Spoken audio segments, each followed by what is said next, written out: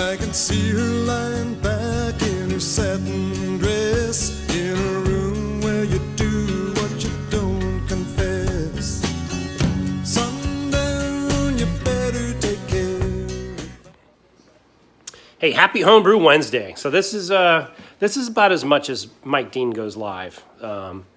As you can see, I have the whole house to myself. Well, almost to myself. Got that guy there. That's Reese. And where's Zach? Where is he? Oh, there he is. Say hi, Zach. Hopefully you saw Zach. So yeah, the family's down in Myrtle Beach for spring break at our Dean House South. And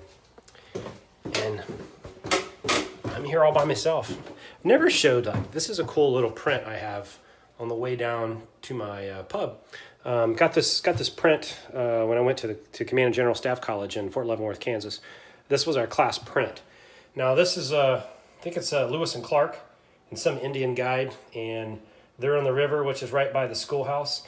And when we talked about commissioning the print, they wanted to have these guys pointing to the building. And I said, no, that would be kind of weird. I mean, to have a brick building with Lewis and Clark just doesn't make any sense.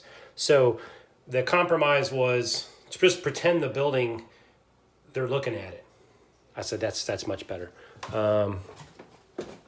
Anyway, and then I love this. This is yeah, this guy needs a beer.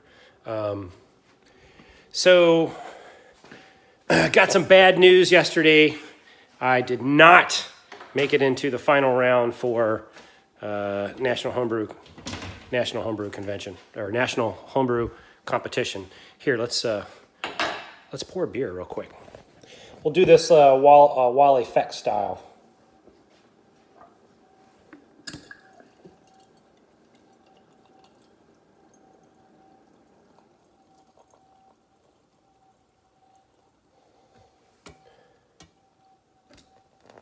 Wow, a little bit of foam.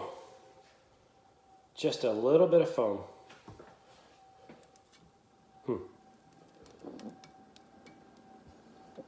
Oh well, that'll be all right.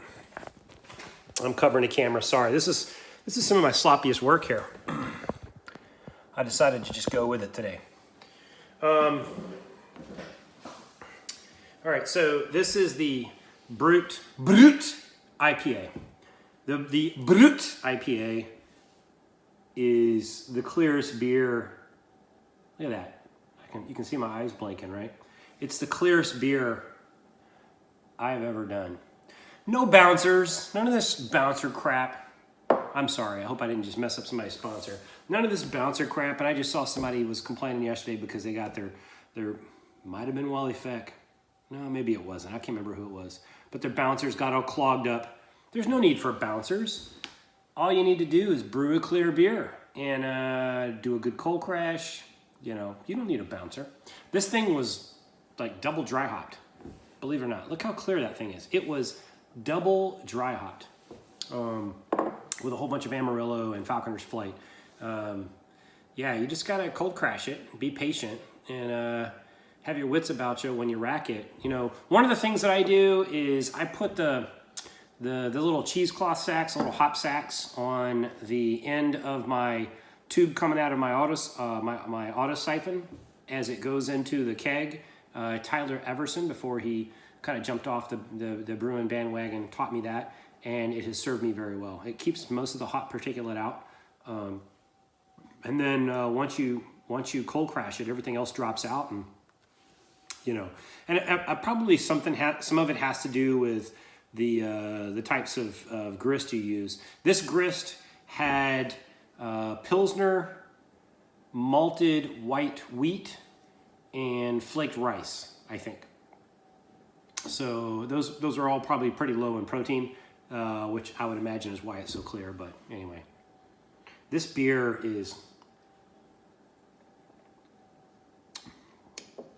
it's phenomenal. I need to put the card back up a little bit. It's kind of lost something about my keg. I need to get one of those little regulators where you can dial up different carbonations or different pressures for each line. I don't have that. so I kind of have to play around with the whole manifold. But the beer on the far right tap, gets really low carb. The beer on the far left tap gets a little higher. The one in the middle is different. I don't know. I haven't figured it out. I need to be able to control it. So I'm gonna have to. That's gonna be my next purchase, I think. So anyway, this brewed IPA.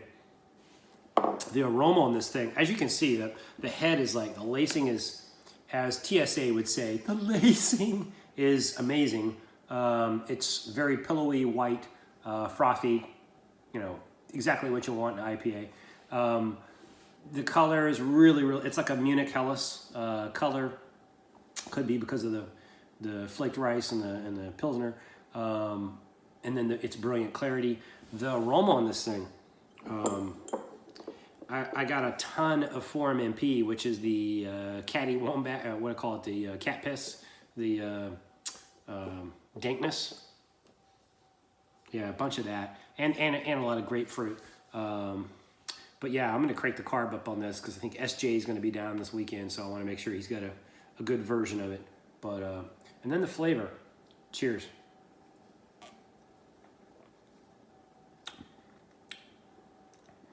Yeah, it's dry, but even though the gravity dropped all the way down to 1002, there's still a surprising, grist quality in there that you get. So it's not super grainy.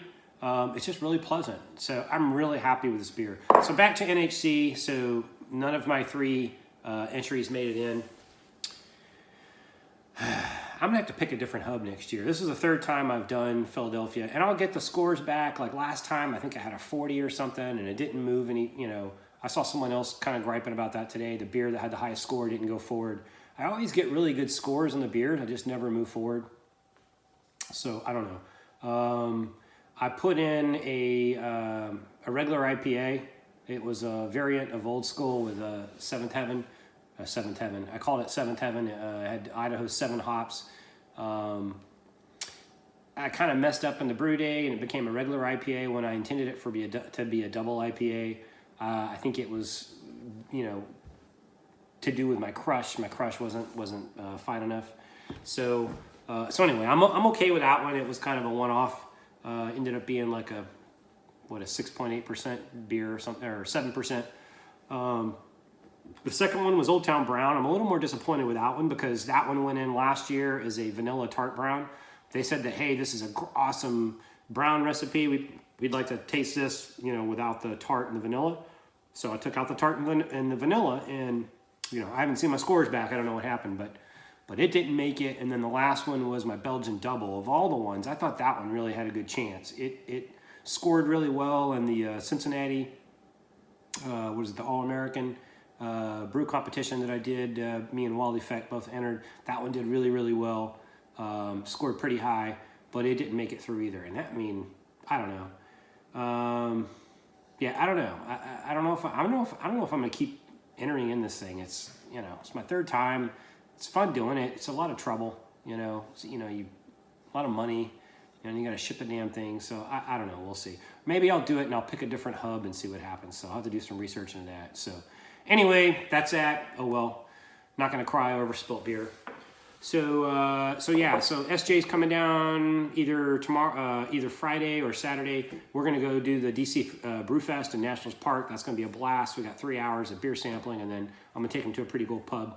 I hope he makes it down early enough because I'm gonna do an Old School double IPA brew day. I picked up some Kvike Voss Omega yeast, and I'm going to see what that does to Old School. I'm thinking it's going to be pretty cool. Some of the guys are telling me, ramp the temperature up to 100 degrees. I don't know if I can get to 100 degrees. I think the best I can do is probably 85, 86. But I'm going to get it as hot as possible and see what happens. I'm really excited. I've never, I've had a bunch of Hornadal and Voss, beers. The first one I ever had, I think, was Tony Yates sent me one, last summer or something. But all the ones I had this year I really enjoyed, so I'm hoping that it does some good things to Old School. And Old School is a good beer anyway, so it can only get better, right? unless you screw up the grist. I got to make sure I have a nice, tight, crushed, grist. So anyway, I'm going to be brewing, I think Friday afternoon. I think Wally's going to brew on Friday morning. I'll probably dial in and bug him. But I'm going to start brewing in the afternoon. And hopefully SJ gets here. I'll be in mid-stride in the brew. We'll finish a brew day. That'll be fun. And then the next day go to the brew fest. The Caps played two nights ago. And although we didn't win, some 19-year-old Russian thought it was a good idea to try to get Ovechkin to drop the gloves and go at it. 3 punches later, that youngster was flat on his ass, knocked the hell out. So it wasn't pretty for the 19-year-old. It was very pretty for the Caps. So even though we lost in a bad loss, it was like 5-0. It was like or 6-0. It was a shutout. Even though we lost, I don't care. Seeing that kid get knocked out in the middle of the ice, when he instigated it, that was priceless.